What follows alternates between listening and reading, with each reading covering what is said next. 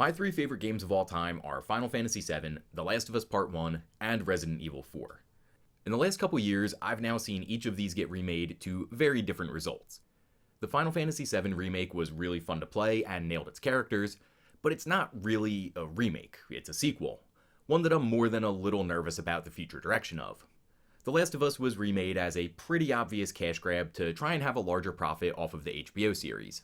As much as I love that game, and as great as the new graphics look, both the original PS3 and remastered PS4 versions are still very playable today without spending another $70. Not to mention that the PC port is pretty broken. Then there's the Resident Evil 4 remake, which for the record only cost me $60 on PS5. So yeah, come on Naughty Dog. $70 for The Last of Us with better graphics and only $60 for the Resident Evil 4 remake? Just saying. Anyway, RE4 Remake was officially announced last June, but its development was one of the worst kept secrets in gaming. Everyone knew it was only a matter of time before it came out. Lucky for us, Capcom does have a good track record when it comes to these remakes. With so many games being remade the last couple years, people forget that the original Resident Evil 1 remake is absolutely fantastic too. It stayed faithful to the original while adding content that wasn't doable at the time and nothing felt forced. Not to mention that the graphics created in 2002 for the GameCube still look legitimately good 21 years down the road. Close to 2 decades later, we get the Resident Evil 2 and 3 remakes, and I loved both of them. 2 was definitely better than 3, but they were very different games with very different development cycles. Capcom openly said that their A-team was working on 2, and that it was meant to be closer to its survival horror roots, whereas Nemesis was to be a more accessible, action-focused game that wasn't exactly their top priority at the time. As standalone games, I really liked both of them, as I feel like most people did, but you can make a solid case that they aren't great remakes, even though Nemesis is way more at fault of this between the two. Even though all these prior Resident Evil remakes were awesome, I was a little scared about 4 being remade. 4 is a really weird, completely over-the-top game with a very specific charm and humor to it that I always thought would be damn near impossible to recreate. As each trailer and gameplay video came out, I got more and more excited that it was going to be done right, and I was not disappointed. Capcom nailed it again. The remake and the original are 2 very similar yet very different games. Some things have been added, some things have been cut, but for the most part, everything is still intact. It's just been modernized and more streamlined in its presentation and gameplay. For me, the biggest difference is the tone of the 2 games. The Resident Evil franchise is one that has never taken itself too seriously. It's always focused more on the gameplay and just having a fun experience over anything else. Whenever I overthink the narratives of games, I always use something from the Resident Evil series as an example. My rule of thumb is you take things as seriously as the game does. Let's single out Village for now, since it's the most recent game. To start, Ethan is clearly infected. If you played any part of 7 or 8, this should be painfully obvious, but the game makes it seem like a huge revelation at the end of Village's story. Mia knows that Ethan is infected, but still doesn't tell him and even has a kid with him. Not great ideas. Somehow, Chris hasn't figured out that Ethan is infected either, despite giving him all this extra training. Pretty unlikely occurrence there too. Chris also doesn't tell Ethan about any of the Mother Miranda stuff, and that's because the entire game's narrative progression hinges on Chris randomly kidnapping Ethan's baby and murdering his wife. You know, things that Chris is clearly known to do in his spare time. All the while, Ethan doesn't find it weird at all that he can reattach limbs multiple times through 2 games. I could list more, but Jesus Christ, you get it. Village is a game full of nothing but plot conveniences and routinely questions the player's intelligence. And I don't give a shit about any of that. The game does not take itself seriously, so neither do I. Village is all about being fun and over the top, while slipping in some sentimental stuff around Ethan's relationships with Rose and Mia. That's what the game is worried about portraying, so that's what I accept in the narrative. Do I wish it was a little better put together? Of course I do. But it doesn't ruin the game. It works the same way with movies. The Dark Knight is a great action movie that expects you to believe in its world and its characters. If I'm watching something like The Expendables, not so much. When games try and tell a serious story or take themselves very seriously, and then still have dumb character decisions based around plot conveniences, then that's when I get overcritical. Right now you're probably wondering, why does any of this matter? Well, the ultimate example of a game saying, fuck it, let's just have some fun, is the original Resident Evil 4. It's balls to the wall campy, over-the-top action movie the entire time. It's so ridiculous that fans debated for years whether Shinji Mikami actually wrote it to be that way, or if it was just a happy accident while trying to mimic American action movies that cared more about the number of explosions than how good the script was. Resident Evil 4 was lightning in a bottle and did almost everything correctly. It was so good that Capcom tried too hard to replicate that feeling of over-the-top action and charm with the releases of 5 and 6. They tried to do too much, and as a result, none of those elements meshed well together, especially with 6.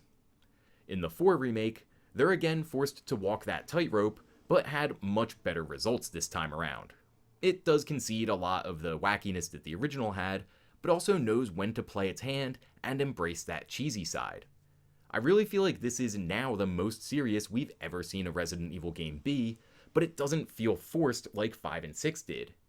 The more serious tone slides in very naturally with the cheesy elements that they left in, and that's all thanks to a largely rewritten Leon S. Kennedy. The intro cutscene makes this apparent right from the start. On the surface, it's really not that different than the original, but the devil is in the details. The original focused more on a quick recap of the PS1 trilogy and mentioning how Umbrella went bankrupt as a result of the Raccoon City fallout, while Leon briefly mentions his government training. In the remake, Umbrella is still very quickly mentioned, but the intro focuses more on Leon as a character and gives us a small glimpse of his training with Krauser. Each of these is pretty short, but also uses that time to properly convey both the tone of the games and Leon as a character. The original saw Leon as the very corny, yet very confident and capable action hero. Someone who didn't really seem all that fazed by what was going on around him after Raccoon City and his training desensitized him. Leon almost always kept his cool while still having terrible puns and insults to throw out along the way. This is where there are some contradictions in Leon's character.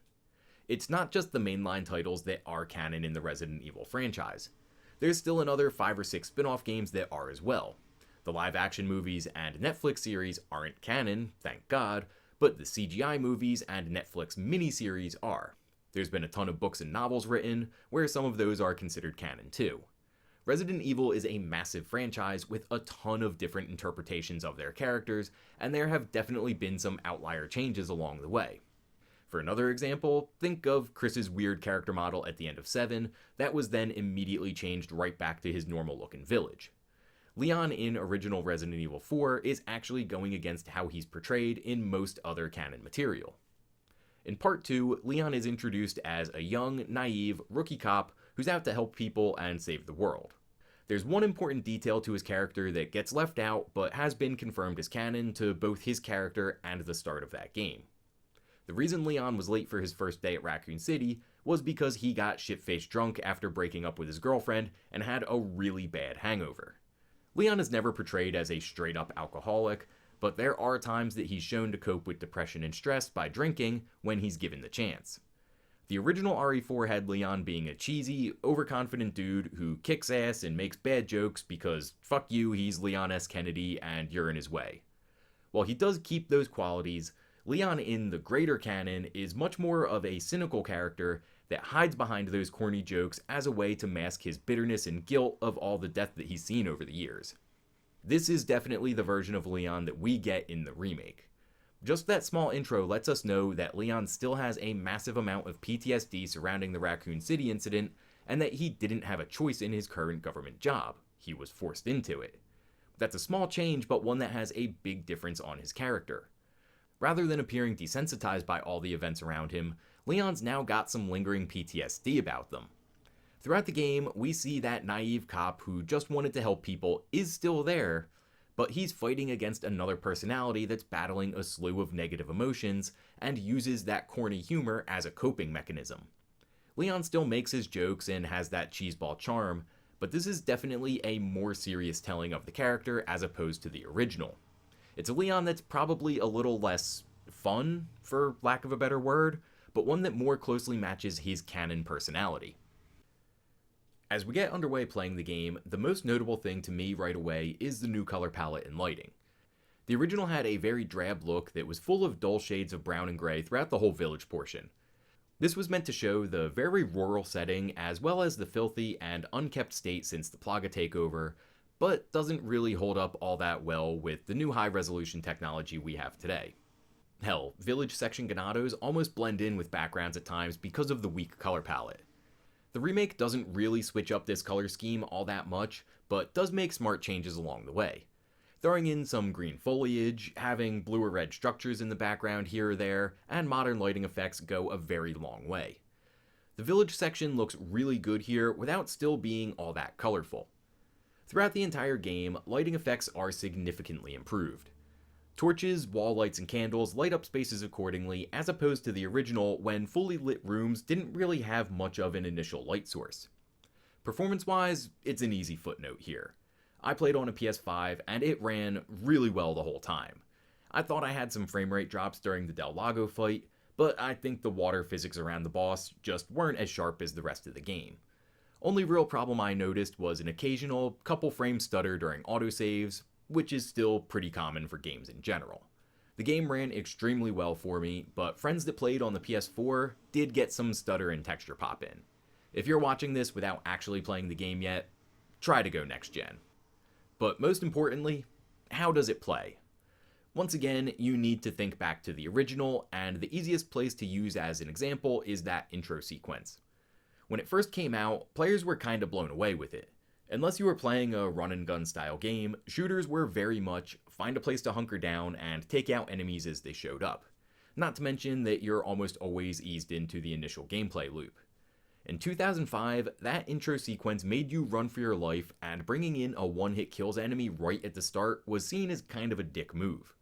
Remember when the 2 remake came out and everyone was caught off guard by the difficulty? How a ton of people got immediately killed by the very first zombie?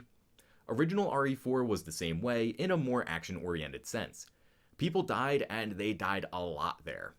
I remember being blown away when the title screen popped up and thinking, holy shit, that's just the intro? By today's standards, it's pretty easy, but at the time it was a little ridiculous. It stood out. It's part of the reason why it's recognized as one of gaming's best introductions. I feel like the remake captures those same feelings and revitalizes them for the modern standards. There's very few sounds in games that were as stressful as hearing the chainsaw enemies, but in hindsight, they're actually pretty easy to deal with in the original. Each round from the shotgun would send them flying, and it was an enemy that was very slow to get up to. You could just wait for them to approach, fire off a shotgun blast, get a bunch of knife swipes in, and repeat. Not to mention Leon had a pretty generous amount of iframes if you just walked backwards a step or two when they swung the chainsaw at you. With the remake, they made it much more difficult to stun these enemies. These guys can take heavy damage without breaking stride, and melee attacks rarely knock them down. Now that the player has more control over Leon, the game has given its enemies more of a fighting chance as well. Enemies not only running at you, but also attacking your flanks or being smart enough to sidestep your headshots is nothing special now, but back then, these were relatively new features for a game. Initially, this was pretty tough for some players given that Leon couldn't move and aim. To level the playing field, Capcom had ganados usually ease up for a second when they got in front of you before attacking, and this actually turned into a strategy while playing. If you let a few enemies gather right next to Leon, a single knife swipe or handgun shot to the head, followed by a roundhouse kick, could take down 3 to 5 enemies. Shotgun spreads were way more generous when clearing mobs, while windows and ladders became easy choke points to funnel enemies into. You could also take advantage of kicking open doors to stun enemies trying to corner you. Not anymore. You can still take advantage of these things, but they aren't anywhere near the get out of jail free cards that they used to be. In the remake, you can shoot enemies on ladders without them falling back down, can't jump through windows or use those ladders at the same time as ganados, headshots don't always cause stagger, and it's very, very easy to get surrounded now. Just like the original trilogy forced the player to get good at avoiding zombies in cramped spaces, 4 taught you how to time running past and backstepping enemy attacks. This is also a bit harder to do in the remake. Enemies don't telegraph moves as much, and Leon isn't as slippery when it comes to being grappled. Once you get used to these updated features though, it's just as fun as the original was. There have been some notable changes made on the gameplay side. The weapon quick swap menus from 7 and 8 have been applied here, and it's a much needed quality of life improvement. Different cases and charms are nice little features that increase replayability and can definitely help out with the right combinations. Getting those charms involves a massively improved shooting gallery minigame that also has a remixed song everyone should recognize. Typewriter is also linked to an invisible storage system that functions like the storage chests in the older games. In hindsight, it seems a little weird that they had you leave these items in a mystery box next to a typewriter, and not with the merchant who's almost always around when those typewriters are, but whatever. Let's get into the bigger ones. Stealth is a new mechanic, and it's fun to mess around with, but I didn't see it as a really viable option most of the time. I didn't expect to sneak my way through most of the game by any stretch of the imagination, but it seemed more like the best case scenario would be taking out 1 or 2 Ganados every now and then before initiating an encounter. But the older I get, the more impatient I get with stealth in general, so take that with a grain of salt, as there's a good chance I was just bad at it. It's not useless by any means though. There's plenty of times where taking down enemies here or there with stealth can make a big difference during encounters. Just don't bank on stealthing your way through half the game. Ashley now no longer has a health bar and instead works off this incapacitated setting that I still haven't quite figured out fully. A lot of the time, enemies seem programmed to either go directly for Ashley or ignore her altogether. It's a weird mechanic and one that I'm sure other people could explain better than I can, but from my time playing, it was a little unbalanced. Your immediate response is to help her because if she takes a second hit in that incapacitated status, you'll get a game over. But there were times where I could leave her as incapacitated and no enemies even looked in her direction. Sometimes it actually made encounters a little easier because I could leave her set in one place, then go deal with the Ganados who were all ignoring her. I don't really remember enemies directly attacking Ashley, and she would only get hurt from attacks that were meant to target Leon. But that's pretty much exactly what happened in the original 2, since the cult needs her alive.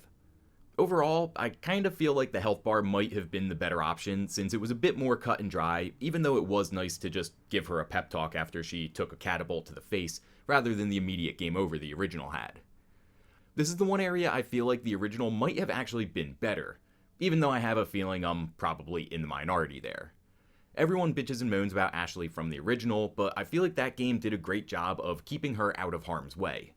If she did get hit, she could almost always shake it off and keep following Leon. Remake Ashley seems a little slow on her reflexes when it comes to ducking out of the way of gunfire, and will sometimes run directly between Leon and the enemies he's attacking. Whereas the original, she was basically glued to Leon's ass, and her ducking animation was almost completely in sync with Leon aiming a gun. In the remake, she tends to just run all over the place, whether you tell her to give you space or to stick with you. But you have to remember, in the original, Leon couldn't shoot and move, so it was probably much easier to program Ashley to stay directly behind you. In the remake, there were times where she was just running in circles around me while combat was going on. I feel like Ashley between games is a toss-up and can go either way depending on player preference. Her running around more in the remake definitely keeps you on guard as to not shoot her in the face, and it adds a little bit more of a chaotic element to the gameplay, whereas the original was more dependent on consistency from her AI. The single biggest change is with the knife though. I was a big time single TMP shot to stun them, run up and kick, then knife them till they died style player, especially on playthroughs that weren't New Game Plus. The knife also worked as a last line of defense against enemies closing in, because you could panic, get a head swipe, that would also stun them. You can still do this, but the new durability feature definitely makes you think twice about using it for offense rather than defense. It's way more durable than the 2 remakes knives, but will go down pretty quickly if you try and play the remake like the original. I rarely used the knife offensively because I always wanted it for the new parry mechanic and when I got grappled. Unless you're playing on professional, parrying has a very forgiving window of opportunity as well. Do not expect to need a Soulsborne style of timing to succeed, or a God of War Ragnarok version of where parrying won't interrupt an enemy's combo. You parry, they miss and back off. It's as simple as that. But there's 2 different levels to this mechanic too. I could almost always just mash the button when attacks were coming in and still deflect it. This basically cancels out your parry and the enemy's attack, which leaves you back at square one, but still creates a little more distance between you and the enemy. But if you're doing it like a normal person would and only hitting the button when an attack arrives, you can get a perfect parry that will also stun the enemy and leave them open to a melee attack as a bonus. The stronger the attack you parry, the more damage will be done to the knife. Stabbing a random ganado who gets a hold of you will obviously do significantly less damage than blocking a chainsaw. If you're bummed out the knife has been changed since the original, well, you can always find all 16 of the Salazar statues and unlock the unbreakable knife on future playthroughs. A huge positive about the knife durability and deciding when to use it and when not to is that it speeds up your gameplay. It makes you run around and adjust to enemy movements more. When I was doing the formulaic single gunshot followed by a kick into knife on the ground moves, it slows down the action, and that's somewhat counterintuitive to how both the original and the remake were meant to be played. At first, I thought taking some of the usefulness of the knife away would be a big detriment, but it's really been a much bigger positive. Lastly, we now have set side quests, and I think everyone needs to pump the brakes a little bit here. I've brought up in other videos how I hate when you can tell that reviewers haven't played the whole game, or, as in this case, are just throwing generic stuff into a script that they think the audience wants to hear. That's side quests in this game. If you were just going off reviews, you'd think the RE4 Remake has some deep, time-consuming, really fun side quests. It doesn't. They aren't bad, they don't take anything away from the game, but no one would miss these at all if they weren't there.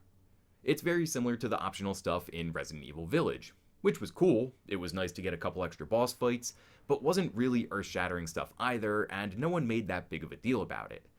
I think you can make an argument that the extra stuff in RE8 is better than the stuff in RE4 Remake. These side quests are definitely at their strongest in the village portion of the game, when Leon gets to travel around on the boat. That was pretty cool, and I thought it was a nice addition, but that's still more about progressing in the story and collecting needed items than it is about using the boat for side content. But then there's also a side quest where you just knife a tombstone. Yeah, it's a nice little callback to a puzzle from the original, but I wouldn't exactly call it a worthwhile or fun side quest. Everything afterwards is mostly a big missed opportunity in my opinion. Shooting medallions? Cool. Leave those in. Throwing an egg at Salazar's picture is a funny little thing to do too. But killing rats? Kinda funny when you first see it. Doesn't need to be repeated. The insect hive is a throwback to something in the original not everyone knew about when they first played, but you aren't really going out of your way to do anything in the remake. You're just looking up and shooting the thing that looks different. Shooting a bird's nest, catching snakes, and harpooning a fish is all stuff that was done for resources in the original, so it shouldn't be glorified as a new feature or side content now. The 3 side quest bosses are just tougher versions of regular enemies, and I think this was a massive missed opportunity to bring in some cut content from the original. Say each map, the village, the castle, and the island, had a separate optional path that led you to these 3 side quest bosses instead. In the village, say you can take the cable cars to fight the second El Gigante that was taken out when you originally chose between the left and right paths. Castle, you go through the lava room to fight the second Verdugo that just kinda disappears now that Salazar has a different mutation. On the island, you could use the dropping storage container as a path to get Leon to the cut U3 boss. That would be a way to fit in content that was cut from the remake. It still wouldn't be anything new from the original, but it's a way to give the side quests a little more meaning. Circling back to areas we were already in to fight a stronger dog, a stronger suit of armor, and a stronger Iron Maiden is side content by definition, but not really anything to write home about. This is one instance in the game where I think I let the hype get my expectations up a little too much. RE4 side content is fine, it's serviceable, it doesn't hinder the game in any way, but let's all stop pretending like it's some great new addition. It's not. But I am holding out hope that I'll be eating those words whenever the Separate Ways DLC comes out. I feel like there's a pretty good chance that some of the cut content I just brought up could show up in Ada's story, specifically U3 and the second Verdugo. U3 is referenced in notes laying around the castle, and it would seem like a pretty big oversight if they just left out the other Verdugo. I have seen theories online that the other Verdugo mutates into U3, but the memos make it sound like they're different creations. Anyway, if they show up in the DLC, then I'm an asshole like usual, and Capcom had a plan all along. Even if that plan's going to cost us a couple extra bucks. But as I said, that doesn't make any of the side content bad. It's just kinda there. There really isn't anything that's straight up bad about the remake in general. The original had game mechanics that didn't age all too well, but it's hard to point out anything that just isn't good about that one either. Well, except for Ashley's voice, but that's about it. It's the same thing with the remake. But there are some small issues, so let's get the little gripes out of the way before getting back into it. The button prompts can be a little hit and miss at times. The parry mechanics are really forgiving, but I feel like the evade prompts are the other way around, and I took some cheap hits I thought I avoided in time. More specifically, the prompt for when I was trying to knife an enemy that was carrying Ashley also felt pretty off. You run up to him, the R2 button flashes on screen, and Leon would just start swiping like normal instead of doing the takedown attack. That happened to me a bunch of times. I love that they kept in the vases and stuff as breakable objects in the castle, but I feel like the franchise is starting to overuse the whole see something yellow, interact with yellow when it comes to a lot of stuff. We had no problem recognizing which crates and barrels were breakable in the original and which weren't. I don't get why they need to plaster yellow paint all over things in every Resident Evil game now. But that's not just a Resident Evil thing, as a ton of games are starting to use specific color schemes to signal what's interactable and what's not. It's a good way to streamline what you're supposed to do, but it also trains players to then only look for those specific telltale signs. So now, I'll find myself getting annoyed a lot quicker when I can't figure out what to do or where to go, because I'm so used to modern games being overly obvious. It's forcing the player to not take in the game setting and get over-reliant on having your hand held while being showed obvious visual cues the whole time. Again, this isn't just a Resident Evil issue, and it's something that a ton of games are doing now that I feel is a detriment to players in the long run. Some of the voice acting here is pretty average. Ashley is voiced by the girl who did Jill in Nemesis, and it's a massive upgrade over her original voice. I liked Hunnigan's voice a lot more this time around, and Leon is great throughout. Krauser and Ada, though, leave a little bit to be desired. Krauser sounds more like someone trying to do their best impression of Krauser, rather than a natural new take on the character. Ada's a little tougher to explain. I actually really liked her voice and tone. I thought the sound of her voice fit the character. It's just how the lines were delivered that felt off. The delivery felt kind of flat. The character seemed bored. Now, I don't want to get into all the stuff with how stupid it is for people to harass the actress on social media. That should be self-explanatory. You are very free to not like something, and you can voice your opinion about that, just as I'm doing now, but don't be a dickhead and attack an actress on her personal media.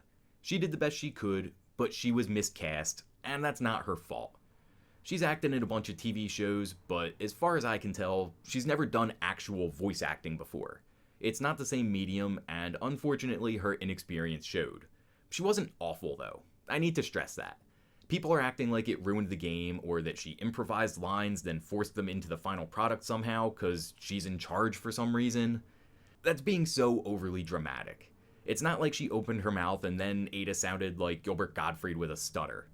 With the rest of the cast and game being awesome, unfortunately she stood out for being just okay. And let's hope she improves by the time Separate Ways comes out. While Leon's voice acting was great, could we get him a couple more lines of dialogue during combat?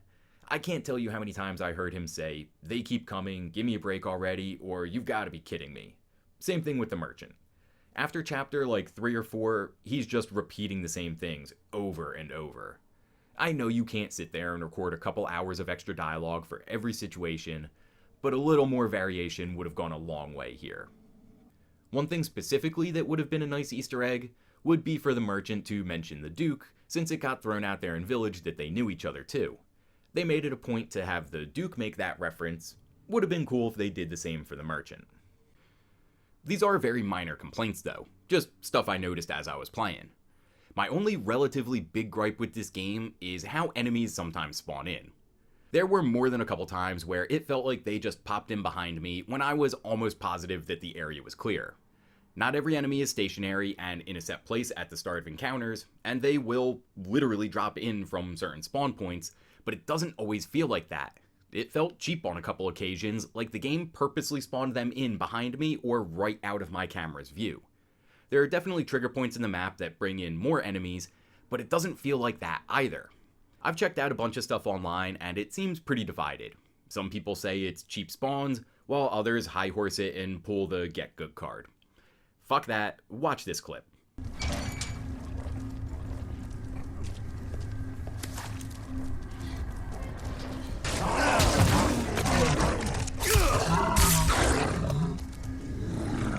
The dogs are fast, but they aren't that goddamn fast. Watch it again at 25% speed. You can see one run away at the start of the clip, and nothing else is around Leon. Then without any warning, I'm getting attacked head on by an enemy that never made it back on screen before it hit me. I wanted to use this clip specifically because there's a wall behind me, a gate I just walked through to my right, and as I'm walking through that gate you can see there's nothing on my left, and the dog only shows up as the attack animation in front of me. You cannot tell me that this thing just snuck up on me and I didn't notice. If it's exactly like it looks like and the enemy was spawned directly in front of me, that's just bad game design. If it's a glitch and the dog that circled around never showed back up on screen, then it's a bug in the programming. Either way, that's not how the game should work. Now, this doesn't happen in every room, it's not every encounter, it's not an excuse for every time I take damage, but I don't want to hear that this game doesn't do shit like this from time to time. It definitely does, and that can be really frustrating sometimes. It's not every 5 minutes, but it's often enough to be pretty noticeable when it happens. Again, whether it's due to poor design or poor programming, it's an obvious flaw in the game, and a kind of big one.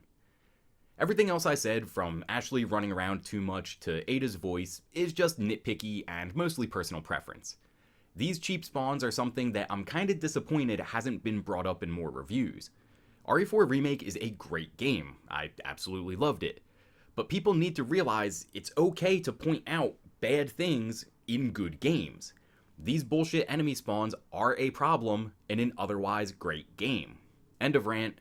With all that said, let's get back to talking about the positives. One of the biggest issues developers have when doing these remakes is what to leave in, what to take out, and when to take liberties and change up events. The Village section in particular did a fantastic job of throwing off longtime fans that thought they knew what to expect. There are two small changes that stood out to me as being really clever. First being after the bell rang during the beginning, then thinking the coast was clear, and getting the Village version of Oven Man popping out at me. After playing the demo a ton and assuming everything was safe, this jerk made me jump way more than I'd like to admit. Second was when you return to that area and the tower collapses and throws a bunch of dog enemies at you as well. They also thought far ahead enough to realize people might try and take advantage of the shotgun house roof to run and safely pick them off. Well, that's exactly what I went to do, and then they threw in a ganado in the main room and a bomb right on the steps that I came extremely close to running into. They switched up the scenario, realized that people might panic, and then set up traps in the house that they could run to. It's a great move. The added boat sections were cool. I really wished that it was a bit longer, but that's just being greedy because it was a change that I really liked. The half plaga enemies that come out during the day, as well as brutes with the big old cow heads, were really good ideas too. Adding new enemies to a remake can be a big risk, but these fit in very smoothly. The rest of the game is fantastic, and I'll talk about those sections too, but the Village in particular is going to be the standard bearer for remakes for a long time. They kept everything almost true to the original, added in new enemies and events to keep players on guard, as well as overhauling the combat system, yet still making it all feel natural. Throughout the whole franchise, Resident Evil games tend to come in with a bang and have very memorable first acts. The 4 Remake is no different. I can't really say which game did it better, but I wouldn't argue for or against either side, which means they did a hell of a job in the remake. Throughout the Village, combat is hectic and the ganados are relentless. This time around, you can watch them damage each other and get stuck in their own bear traps. Just like weighing out when to use the knife and when not to, this also lets players decide when to kill certain enemies, or maybe let them hang around just a little bit longer. Specifically, the dynamite and chainsaw enemies. Dynamite worked the same way in the original, but previously they tended to stick to one area, whereas they are a bit more mobile now. If you can hold off and run around for a little bit, these guys can do all the dirty work for you. Especially in secondary playthroughs where you're more comfortable with the controls and AI, this just adds a fun factor to the mix you can mess around with. Del Lago is basically a copy and paste from the original. Still fun, but nothing really of note though. Defending the house is a lot tougher this time around. I got past it on my first try, but just by the skin of my teeth. The second floor can get cramped really quickly, and when you throw in a brute spinning his hammer all over the place, you can get taken out very easily. I had plenty of ammo left, but kept getting cornered anytime I tried to reload, and was out of health items. Ashley came in and saved the day right at the nick of time. It did a great job of mimicking that chaos that the original did. I got so wrapped up in the game that it never even occurred to me that I could just go back downstairs to regroup when I was getting surrounded on the second floor. El Gigante was still a fun fight, and knowing how much the internet loves its pets gave the dog a comically great introduction. Jumping from rock to rock and getting the lightning bolt treatment, the dog comes in like a goddamn Power Ranger. I gotta say, I do think the original did a better job with the Mendez transformation though. That one actually showed him turning into the big centipede guy, where the remake he kinda just walks through the fire already in that form. The fight was still really good though, and using the fire to keep Leon isolated to only half of the barn was a nice change. The cramped setting adds a feeling of excitement to the fight when you can't just run all over the place to avoid him. The whole village segment was just done extremely well and might have been my favorite of the 3 levels. Up next, we get the castle, and I think this is where everyone was the most worried about what it would look like. This is where the original really went off the rails, and the remake does dial this back quite a bit. Salazar is still a pompous little weirdo, but nowhere near as much as the original. They play up his sadistic side more than his bratty little kid persona now. Like the majority of the game, Salazar also gets reworked to fit the more serious tone. I did kinda miss the banter between him and Leon though. It was just such a fun dynamic between him and Leon. Salazar has his bad jokes, and Leon continually pisses him off by being even more of a troll to everything that he says, which of course drives Salazar nuts and makes him have those little hissy fits. With that change in tone, those style interactions could have stood out in a bad way though. Salazar is a lot different, but his new character fits this game better. While certain sections remain relatively unchanged, a lot were shortened or cut altogether. The turret gun section, caged fight against the Garrador, extended underground area around the minecart, sewers, and the lava room, among others, were all cut. While the Salazar statue, invisible insect area, the actual minecart ride, clock tower, and Ashley section were modified or shortened. Some for the better, some for worse. The Salazar statue is so ridiculous, but I'm kinda sad to see it changed to just a quick little flamethrower. I'm not too tore up about the sewer section getting changed into that little pit area though. Having multiple invisible enemies lurking around was good for tension, but it also slowed down what's supposed to be a fast-paced game. I'm not sure how I feel about the minecart though. At first, I thought it was worse. When I got done, I thought it was really fun and wished it was a bit longer. But an on-rails shooter section is something that can overstay its welcome pretty quickly. I feel like they hit a nice middle ground. I like the new format a lot, but I wouldn't say it's an improvement. The original minecart still had a lot of player control, whereas the remake is more flashy and scripted. Being stuck in a cramped minecart with a Dr. Salvador and multiple plagas is a bit more nerve-wracking than one just riding alongside you in a different cart. That's a section that I feel like will be different for each player and their own personal preferences. The Ashley section is a substantial upgrade in my opinion. No slide puzzle. That's a big win in itself. But in general, it's a much more tense encounter. The original, you throw a couple torches at some zealots, then easily avoid the armors by just running around a table. This time, you really have to know where you're going, or Ashley is getting taken down pretty easily. It's still not really scary, but it's definitely more tense than the original. The water hall was still fantastic, and I loved how they turned the red zealots into more of a priest that controls the plagas, rather than just another enemy wearing a different color robe. Garradors are just as big of a threat this time around, and have a much more intimidating design with the better graphics. The hedge maze gets a nice upgrade though, since dogs can repeatedly jump through the bushes and attack out of nowhere. Sometimes too much out of nowhere. But everyone remembers the regenerators from the original as being the only kinda scary area, but I always thought the hedge maze was a good spot for that too. Since Leon was a statue in combat, the speed of the dogs was always something to watch out for, and that always kept me on edge. We got an added section with another El Gigante that was pretty cool, and shooting stuff with a cannon is always fun. Switch out the freeze canisters for the shower things, and the Verdugo fight is almost shot for shot with the original, and the updated plagas were a really good idea too. This time around, all three felt much more unique and had different abilities, whereas they kinda just blended together before. The red whippy enemies are most common and have the best range. The ones that kinda resemble big worms or damage sponges and can easily pull off a one-hit kills, while the smaller, spider-looking ones actually act as a parasite. All the plagas are parasites, and it was a nice touch to make this one be a mobile version of that parasite that can infect multiple hosts until it's killed. Small improvements to the source material like these are really the areas that this remake shines. While the village felt like an updated version of the original, the castle is where the two games really separate themselves. As I said, there is a bit of cut or shortened content here that wasn't really prevalent with the village. But that's not a bad thing though. There's two main reasons for this in my opinion. First, it streamlines the experience. The castle was all over the place in 2005. It's part of what gave it that charm, but there's times where it really made absolutely no sense from room to room. It was designed with the idea of, this is clearly a ridiculous action game, who gives a shit what connects one area to another? Now it's designed to have more symmetry. It's supposed to make sense and feel connected. Secondly, I think they fully realized that a lot of the wackiness of the original just wouldn't translate well into a modern interpretation.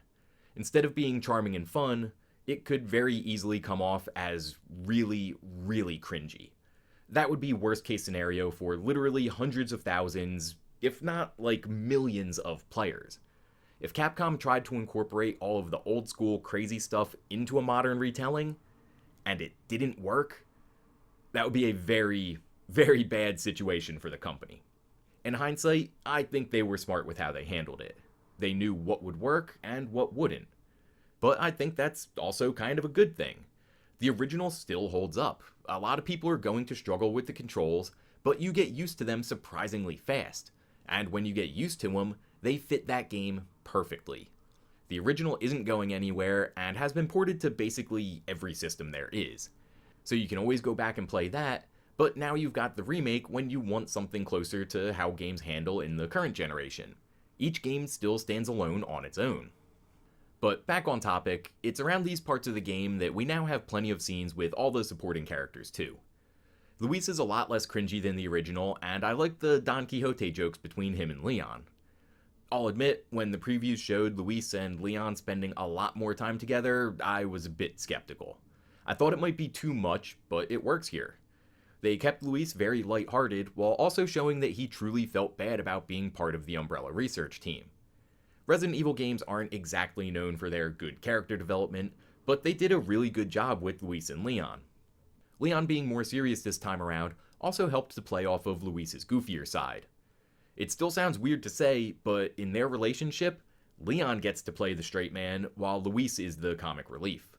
And just like Leon, Ada has a little bit more of a serious tone to her character too. I already talked about how her voice acting wasn't great, so that does hurt her character a little bit. Oh, and I feel like the developers had one big mistake when it came to Leon and Ada. When they first meet and have their little scuffle, Leon knows it's Ada behind him, but he's still going for kill shots with the knife in that cutscene. Yeah, it ends the same way as the original, with him letting up when he gets the upper hand, but before that, he's trying to stab her in the fucking face. The original was about him just disarming her. In the remake, he takes some legit swings directly at her head. I feel like they wanted to make it flashier, but then they also forgot that it doesn't make a ton of sense for Leon to go in and take multiple swipes at her face when he's aware that it's Ada. Don't tell me, well, he didn't know if he could trust her, that's why he did it. Well, then why didn't he kill her if that's the case? The original even made it a point to show Leon take her gun and empty the clip before they talked, because he didn't know if he could trust her. He doesn't even do that this time around either. It's a botched cutscene. It's quick, you can say it's me nitpicking, but it doesn't change the fact that it doesn't make sense this time around. Leon goes from trying to stab her in the eye socket to not really caring in like 6 seconds. Anyway, Ashley in general is a massive upgrade as a character. One of the cheesy things that they actually added to this game was how Ashley starts reacting as the game goes on. When we first meet her, she's just scared and confused. I loved how little by little she gets more confident in herself and proud that she's helping, when in reality she's not really doing a whole lot most of the time. But that doesn't stop Leon from giving her encouragement and playing along like she's doing some of the heavy lifting too. Ashley seems to think opening a door is on the same level as Leon fighting off waves of Ganados, and it just made me laugh as it went on. It's such a small detail, but it's a detail that mimics that weird charm of the original. I will say, the new merchant voices won me over. I liked it a lot. Yeah, I still would have liked the extra dialogue for him throughout the game, but he's still the merchant, and he's a man that we all still love and respect. God bless you, Merchant. Speaking of him, you're at a point where you've got plenty of upgrades and new weapons, and they all sound and look awesome. I'll forever say that the reload animation on the Broken Butterfly is the best gun animation ever made, and unfortunately it's no longer here. Other than that, the sound effects on basically every gun are fantastic, specifically the handguns. Just firing them is really satisfying. I didn't upgrade anything until I got the Red 9 and the Riot Gun because I had too much PTSD of losing money from playing the original. Being able to upgrade early weapons and then sell them for almost equivalent exchange was a really nice change in the game. Just wish I knew about it earlier. One thing I did upgrade a lot was the knife, and I hope most people did too because the new Krauser fight is pretty fun. I kept forgetting that I had free range to run around the area and kinda just stood right next to him the entire time and parried way too much before attacking. I feel like this fight is what brought parrying into the game. They needed to keep this fight in there without the QTEs, and the parry system was a great idea. Krauser is a bit more of a dick here too. In the original, he seems to be taking out Leon more for business reasons and is nowhere near as condescending while they talk. Where he used to call Leon comrade, that's now been changed to rookie in the remake, along with a much more dismissive tone in general. Krauser gets a bit more depth as the disillusioned soldier, and I feel like they tried to have him and Leon be two sides of the same coin. Krauser is a soldier through and through, where Leon was forced into this new life. Because of this mindset, Krauser always had a fascination with power and becoming the best soldier he could be. When he learns of his men being abandoned by the US government during Operation Javier, Krauser decides to go rogue in his pursuit of power. While Leon uses his skills to try and save people, Krauser decides he needs to do everything he can to help himself. Once Leon beats Krauser, he finally changes his tone and shows Leon respect as the winner. Since they toned down Salazar and had Sadler be more of a straight cult leader, it was nice to see Krauser get a little more development. But that's jumping ahead a bit. Before we leave the castle, of course we need to finish it up with the Salazar fight. I hated this fight in the original. I'm awful at aiming in most games, so hitting his moving snake eye always messed me up, and dealing with the constant QTEs to avoid his attacks was more annoying than difficult. I just didn't think it was that fun, and usually used a rocket launcher to get by it in a second. In the remake, they gave him a brand new transformation and fight. It's better now, but I did struggle with this fight much more than any other point in the game. Salazar got me like 5 or 6 times before I was able to take him down. This was just the only time where I thought Leon felt slow, since Salazar is just that much faster than the player. I didn't think this was that fun, and I basically just ran in circles on one side of the map while popping off shots when I could. Since he doesn't expose himself that much, you need to make your shots count. This can also drag out the fight a little bit. My experience with it was weird. Salazar is the fastest, most agile enemy in the game, yet I had to play it the slowest. He leaves those stupid snot bombs all over the place, and his acid spray can be really hard to dodge without cover. So I basically just ran in circles around the pillar and popped off shots here and there when it was safe. As usual, very good chance I'm just bad at it, but when I was trying to fight him more head on, it just seemed like Leon was too slow to really avoid most of his attacks. Completely get it if other people liked it, this just wasn't for me personally. I will say, this is still better than the older version though. From here, we head to the final level of the island. In the original, this is the one section that tends to get the most criticism. A lot of people feel like the game overstays its welcome a little bit. I don't think the island is that much longer than the village or castle, but it's a pretty common complaint among fans. The remake island is a bit more accurate to the original than the castle was, but did take out 2 pretty big sections. The sequence when Ashley is driving the truck along with the U3 fights have been cut, and the wrecking ball scene has been redone, but it's for the better in my opinion. Notably in this section, the enemies take much more damage, and the metal shields are really annoying if you can't take them out quickly. We did lose the big Legion of Doom looking enemies, but I feel like switching the JJ enemies into different versions of the brutes was a good change. Before, JJ was just a big dude with a chain gun. Now he looks like a monster that should be in a Resident Evil game. The main fight against the Ganados camp and their chain guns is a really good balance of being fun and chaotic. It's a huge set piece in the original, and while it's a little bit smaller now, it's still a lot of fun. Still not too sure what Chopper Mike's accent is supposed to be though. Kinda sounds like a guy that was born in Ireland, then moved to Alabama. It's a little all over the place. I am interested to know what new players thought of the regenerators though. I feel like the original desensitized me a little bit. They didn't freak me out as much this time around, but they did make some really creepy changes to them. If you're close enough behind them, before they fully turn around, they'll just bend their necks 180 degrees backwards and look at you, and then twist their body. They also gave them that slither move to make hitting the Plagas harder, and it's just a really unsettling movement. Their overall face design is a lot more detailed now too.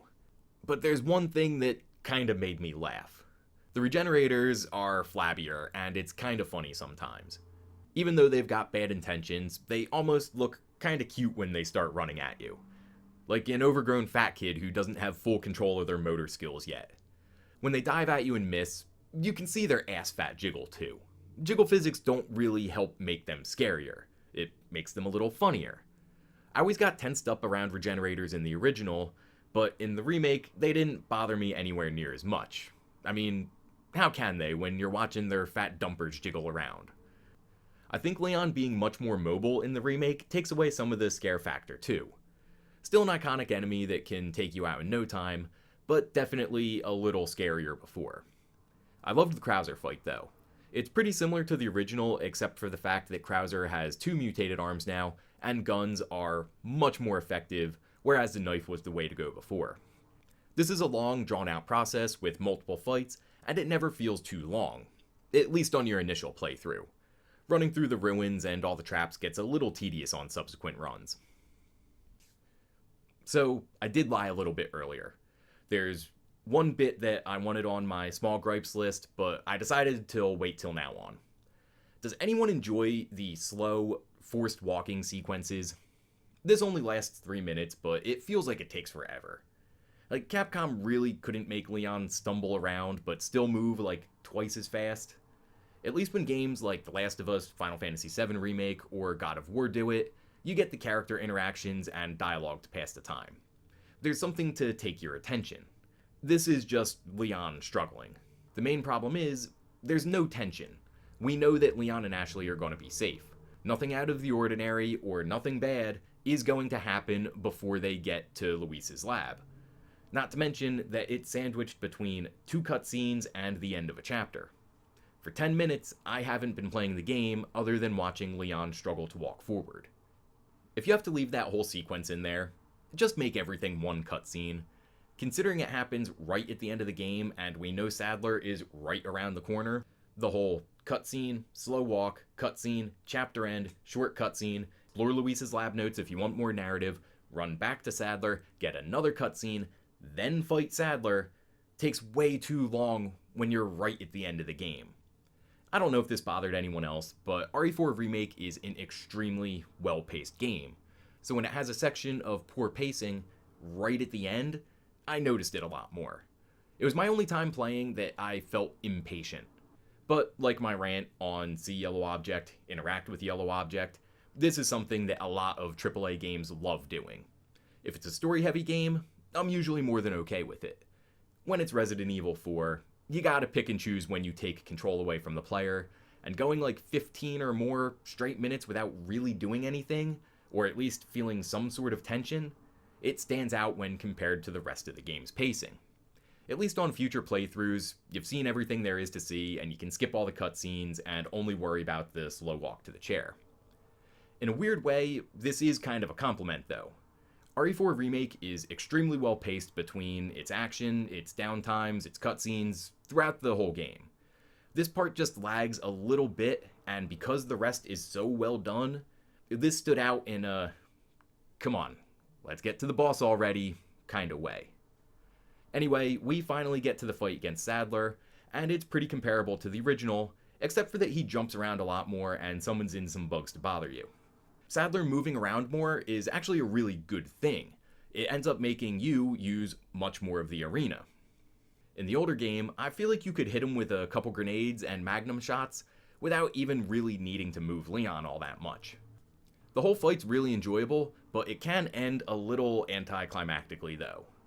When I beat his main form, it was off a very uneventful looking Red 9 shot to his knee. It just looked a little weird when that was what triggered the ending cutscene.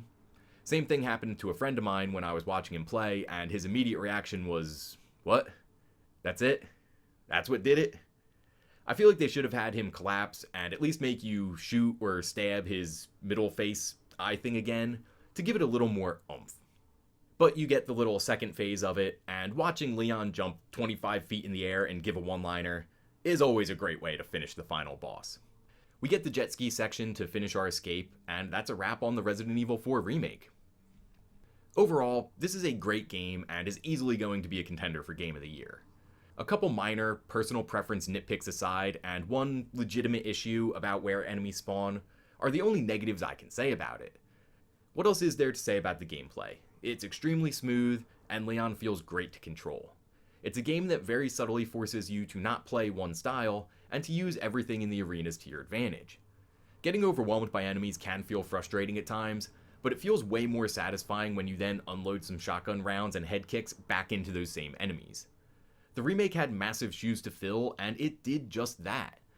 Most importantly, like its predecessor, it's just really fun. The original is one of the most genuinely fun games that I've ever played. It's a game that reminds people that it's okay to just play a silly game and have a good time. We're at a stage now where fewer and fewer games are going for that. Playing the remake was almost like getting a throwback to my feelings for games back in 2005. When it wasn't about telling some quote-unquote mature, heartfelt story or seeing how sad you can make the player. It wasn't about elitist keyboard warriors high-horsing their gamer skill to feel validated online. It was about escapism and just fucking enjoying yourself while you played video games. The remake definitely has more of a mature feeling than the original, but that's not really saying much. This is still a ridiculous action game at heart, and arguably the best remake of all time. The good thing too, if you're not happy with this game or you liked the first one better, the original still holds up really, really well, so you can go and play that. If you're someone who's getting their first taste of RE4 with the remake, I still strongly suggest you play the original now too. The remake takes absolutely nothing away from the original, and really, they both stand alone as different but equally great experiences. Wait, Leon's RPD uniform isn't in here as a bonus outfit? This game fucking sucks. You guys know the drill. Like, comment, subscribe, share, all that shit that the algorithm loves. It always helps the channel and lets me know if you like the content too. Huge thank you to anyone who checked this out. It's always very appreciated. As I said back in the intro, the original Resident Evil 4 is one of my all-time favorite games, so I couldn't be happier that this turned out great. And hopefully you guys feel the same way, and also enjoyed listening to me talk about it for too long. Anyway, that's all I've got for this one. Thank you again for checking it out, and I'll see you guys.